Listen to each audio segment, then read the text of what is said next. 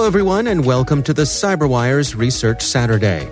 I'm Dave Bittner, and this is our weekly conversation with researchers and analysts tracking down threats and vulnerabilities, solving some of the hard problems of protecting ourselves in a rapidly evolving cyberspace.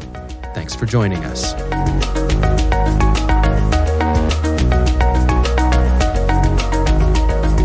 The incredible change and ramp up that we've seen over that time, we felt it was a good time to kind of revisit that and get a state of the, what does the ransomware threat landscape look like now? That's Jen Miller Osborne. She's Deputy Director of Threat Intelligence with Palo Alto Networks Unit 42. The research we're discussing today is their latest ransomware threat report.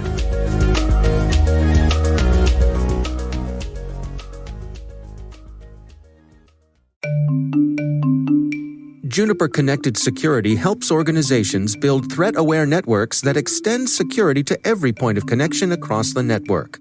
To learn more, visit juniper.net/security or connect with Juniper on Twitter or Facebook. That's juniper.net/security.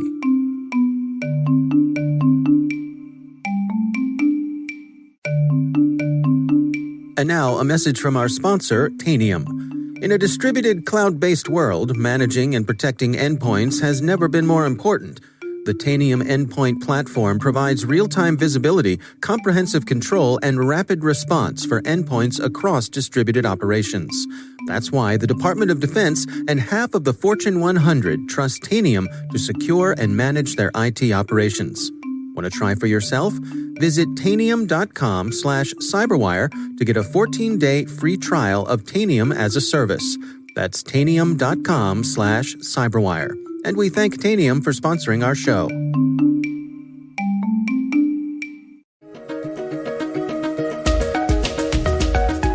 Well, before we dig into some of the details of the report here, I think it's worth taking a little look back at the history. My recollection is that ransomware, like a lot of things, started out small and sort of low dollar amounts, a lot like spam. It was a nuisance for a lot of folks. But first of all, is that perception correct on the origin story of it, and how has it developed since then? Mm-hmm. That's definitely how it started, and it also started out typically targeting individuals. So the payout was significantly smaller, and there wasn't a lot of attention paid to it, especially from a business sort of perspective. But then, as will happen, criminals will look for bigger paydays. So they started recognizing, hey, if we go after businesses, we can get way more money. Then it's not one person, it's hundreds of people, like potentially all of their customers. So then we started seeing a shift into going after businesses, and it's really just continued in that vein over the years, with the attackers both becoming better at their targeting, better at their development of ransomware, and also just continuing to advance the tactics they take to get paid. So one of the new things we've seen going on, especially over the last year or so, is what we're calling double extortion, where ransomware attackers have recognized that the traditional guidance was to have good backups. If you had good backups, then you'd be fine. And attackers have recognized that. So now some of the groups have started going into these networks before they actually execute the ransomware and looking for valuable information. IP, anything related to like sales data, customer data, things that would be very, very damaging for the organization to lose. And then they're exfiltrating that information first and then encrypting all of the systems. So that way, when they go back to the organization, they can say, if the organization says, whatever, we have good backups, goodbye. Mm-hmm. They have the additional leverage of, well, that's fine that you can restore from there, but how valuable is this data to you? And a lot of the attackers that are doing that are also posting that information that this organization has been compromised to a website somewhere on the dark web. So then there's also that kind of public disclosure.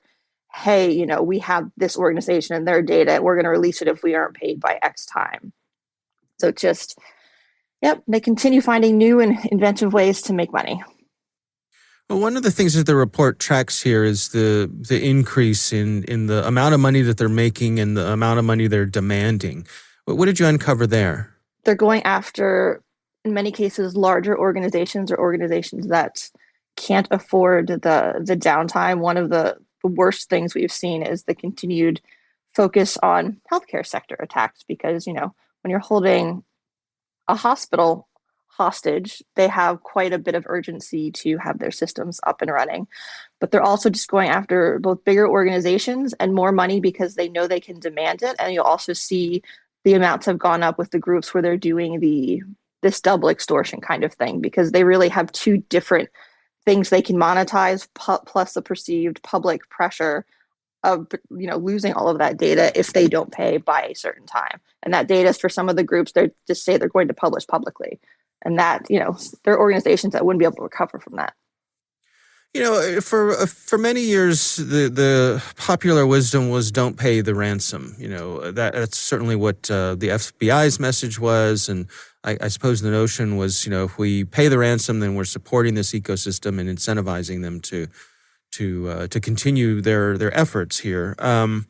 Is that still the case? I mean, I guess what I'm getting at is, does the message of don't pay the ransom align with what's actually happening on the street?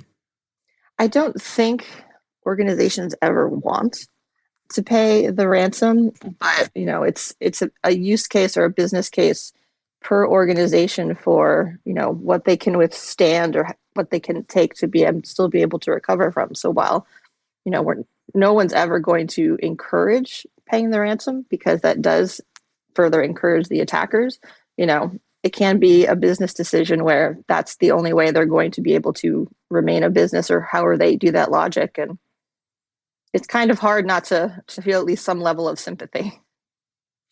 Yeah, one of the things that you track here in the research is the availability of these tools, and how there are more readily available ransomware as a service, subscription-based models. Can you share some of the details on that side of things? Sure. So that's where it's called an affiliate model, and it's where the attackers who own the ransomware itself, or kind of the base, they let others rent it out to then conduct their own attacks. You see this as well with a lot of other types of malware like botnets and things like that. And it's just another way the attackers have figured out to make more money, and in some cases make more money easily because they're setting up the structure for it and the software, and then these other people are paying them to do actual attacks. It's just another step in attackers figuring out every possible way they can to monetize ransomware attacks. One of the things that really struck me when I was looking through the research here, when you're highlighting this rise of double extortion, was the activity from the NetWalker gang, and how much more activity you saw from them than some of these other groups who are leaking information online. Yep. And that was one of the things that they really like to do. And I think it's worth noting that also got them quite a bit of attention from law enforcement. So there was that international law enforcement effort to disrupt that particular ransomware family. Yeah. Well, let's run through some of the other details here. I mean, when we're looking at the various sectors who've been hit hardest by ransomware attacks, can you share with us, I mean, who's getting hit worse? Unfortunately, healthcare has been hit quite heavily, which is one thing that we really don't like to see, but that's definitely been an area that's been a focus. What we've seen by far is manufacturing, quite a bit. And then, we're seeing kind of legal services, construction, high tech. It kind of runs a gamut from there. But if you look at this chart from a perspective of potential amount of money that could be made by ransoming these various organizations, you can see a lot of the focus is on organizations that potentially have larger resources and maybe more difficulty in recovering if they lose their data. Yeah, on the defensive side of things, I mean, I suppose it's worth noting that these exfiltrations, I mean, in some cases they're grabbing multiple hundreds gigabytes of information, and it strikes me as interesting that the organization's attention wasn't drawn to that in terms of shoring up your defenses, it seems like being on the lookout for that is something people really should focus on these days. Yes, for any for any number of reasons, large amounts of data leaving your network should probably be noted. And also, that the ransomware has continued to grow and spread at the rate it has just highlights that it really hasn't been taken seriously. It kind of remained this nuisance, like we were discussing earlier, where people really didn't recognize the threat that they were facing. And I think that's changing now. That's definitely one of the reasons we wanted to do an updated ransomware paper now to call the organization's attention to this, that this is a massive problem.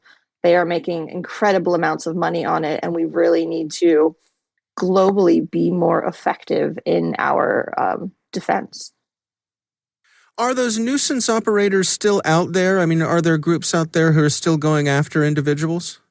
Yeah, you still see people going after individuals, but very, very little. That tends to be more of the variations of the old Nigerian prince kind of scheme, and we track that quite a bit. We have grouped all of that activity under Silver Terrier for us. So they definitely continue to be active and to evolve their methods of making money.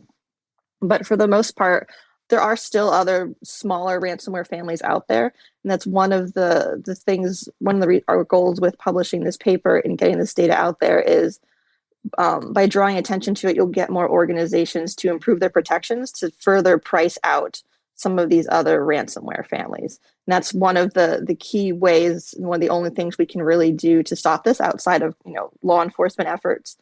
That in conjunction with people recognizing this problem and doing better and better defenses will start to price out a lot of these different attackers, because they aren't going to be able to continue to evolve at the same kind of speed. Yeah, one of the things that you track in your research that I found interesting was just the increase in incident response costs, that what it takes for an organization to react when this happens to them. The price of that has increased significantly as well. Yep, the price of that has increased, and there are any number of reasons around that. Demand, the complications that can be involved in trying to go through one of these cases, and in a lot of times, the incident response can be just as expensive, if not more so, than the ransom was, which is another reason that organizations really need to pay attention that this is a legitimate problem and that you could potentially be out a lot of money one way or the other. So you really want to get ahead of that scenario and try and keep this from happening. Well, let's go through some of the ransomware variants that you all track in the report here. Can you take us through some of the top ones and kind of what their MO is? How they do the business they do. Sure. So one of the ones that really stood out to us was Ryuk. That in particular for their targeting of healthcare, which is unfortunate. But it did result in CISA and the FBI and the Department of Health and Human Services jointly issuing warnings for healthcare organizations specifically about being aware and defending against Ryuk, because they were focusing so much on healthcare, which, yeah, there's just a special place for people that's where they've decided they're going to make money. Like you could Right. literally pick any other kind of organization, but healthcare is going to be the one you're going to target. Like, yeah, you deserve all of the law enforcement attention that you get. Sure. Yeah. Right. And then you already mentioned NetWalker, which is the one that we really saw taking advantage of the double extortion technique. And again, that also got significant attention, at least this time from law enforcement, and works to disrupt that. So at least those two are, I think, good highlights of the fact that there's more awareness being put on ransomware attacks and more focus on making sure people are informed, defenses are in place. Law enforcement is really focusing on the people carrying out these attacks to go after that and disrupt it. And that's kind of unprecedented, really, especially for a lot of the cyber things where we've treated this over the years, that it's being recognized now. And there's the focus that it's big global problem is. good, and I think it's very necessary. It needed to happen now. Hmm. Yeah, I think that is interesting. That the pressure is on from law enforcement on an international level, where these folks aren't just operating with impunity. They have to be looking over their shoulders. Yes, and that is exactly yeah, that's exactly what should be happening. It's a success story of everyone working well together in the way you would always hope they do. So at least in that, it's a good news story, and I expect that will continue with law enforcement. And once these relationships are built, these processes are built, it becomes easier and easier over time to do more cases like this. So the attackers should, be aware that they're in the crosshairs. Yeah, absolutely. In terms of where we find ourselves, if you're sort of tracing a curve, the growth and the rise and hopefully eventually decline of ransomware, do you have any sense for where we are on that curve? Is this a problem that we're getting a handle on, or is to continue to grow in seriousness? Where do you suppose we are? Um, I think we're at the threshold, honestly. I think we are poised right now to be in a good position to really take action and make global change with regard to being able to stop these kind of attacks and get these people, arrested. But I feel that if that isn't recognized now, um, that then we're really going to be on the back foot playing catch up because these attackers continue to evolve, continue to find new ways to make larger and larger amounts of money, and they're not going to stop unless someone steps in to stop them. They have no reason to. They're making tons of money without ever having to leave home. So you have to kind of take away that reward. Right, right. Yeah, it leaves us, some of us was sitting here was scratching our head wondering maybe, hey, this is a good line of work to get into, right? Like I could make millions of dollars that way. Right, right. Yeah. Yeah, it's just, if it weren't illegal, immoral, and all those other things, it'd be a great business to be in. Yeah.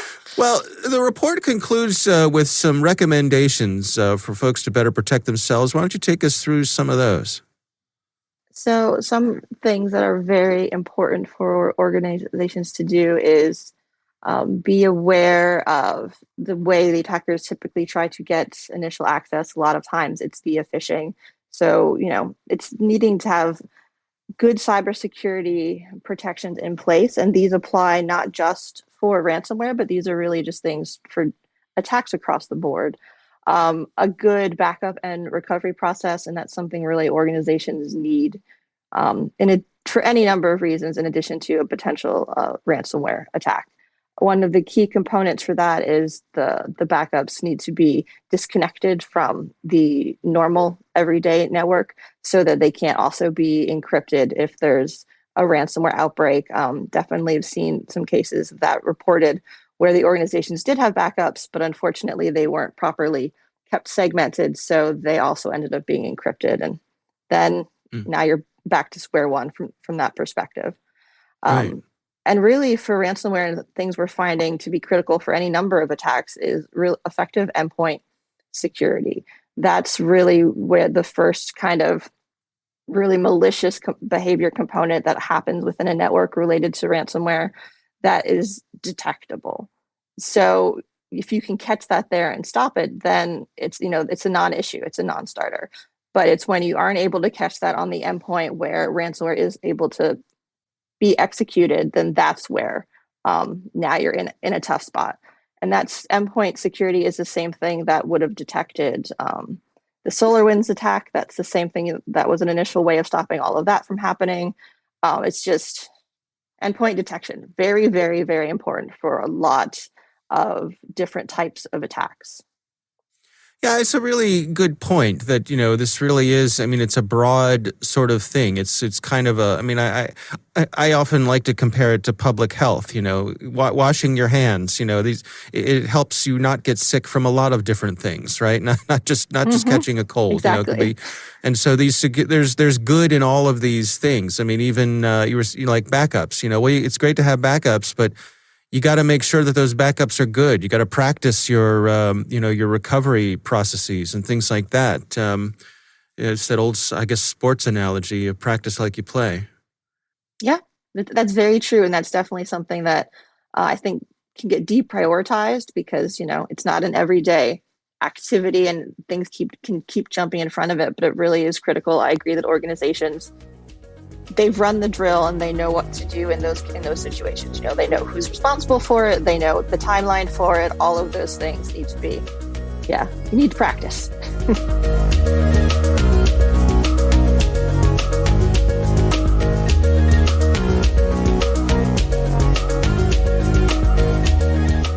Our thanks to Palo Alto Network's Jen Miller Osborne for joining us. The research is Unit 42's ransomware threat report. We'll have a link in the show notes. Thanks to Juniper Networks for sponsoring our show. You can learn more at juniper.net/security or connect with them on Twitter or Facebook. Thanks to Tanium for their sponsorship. Learn more about Tanium as a service and sign up for a 14-day free trial at tanium.com/cyberwire. The CyberWire Research Saturday is proudly produced in Maryland out of the startup studios of Data Tribe, where they're co-building the next generation of cybersecurity teams and technologies. Our amazing CyberWire team is Elliot Peltzman, Puru Prakash, Kelsey Bond, Tim Nodar, Joe Kerrigan, Carol Terrio, Ben Yellen, Nick Valecki, Gina Johnson, Bennett Moe, Chris Russell, John Petrick, Jennifer Iben, Rick Howard, Peter Kilpie, and I'm Dave Bittner. Thanks for listening.